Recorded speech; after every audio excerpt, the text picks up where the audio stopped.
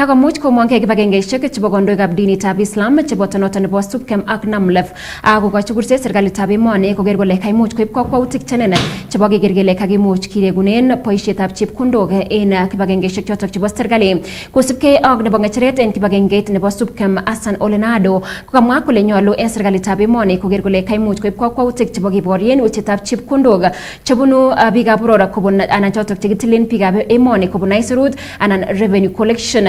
Akot konoton kokamach kibagengeishek choton bo dinitab Islam serikali koker kole kaimuch koisto motwoshek ak ofisisiek chotok chebo serikali chemiten en kiptoibato nebo ng'atutik. Akot konoton koimuch koboiboenchi kakwautiet nekoib kibagengeit notok nebo neranik chekurengei Gen Z kotelel banwekab oret en nekaimuch kokochi kurset kibagengeishek choton koker kole kaimuch kotelel banwek choton bo oret en mwa kole kokomuch kokes serikali makutik.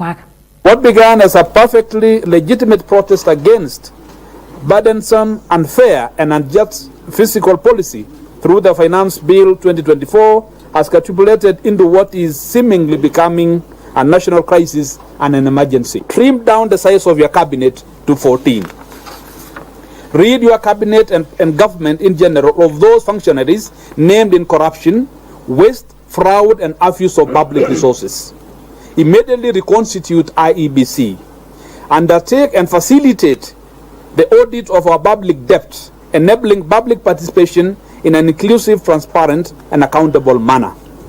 Provide leadership for the prosecution of corrupt individuals at all levels of government.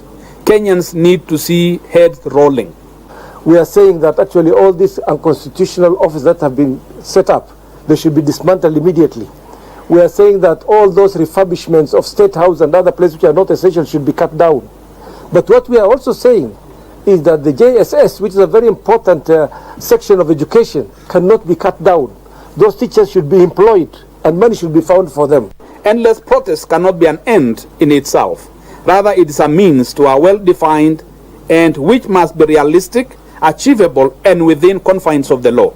Na institution zao na jamii yao wako tayari kuwapa maelezo, maagizo na advice kwa hawa vijana wetu whenever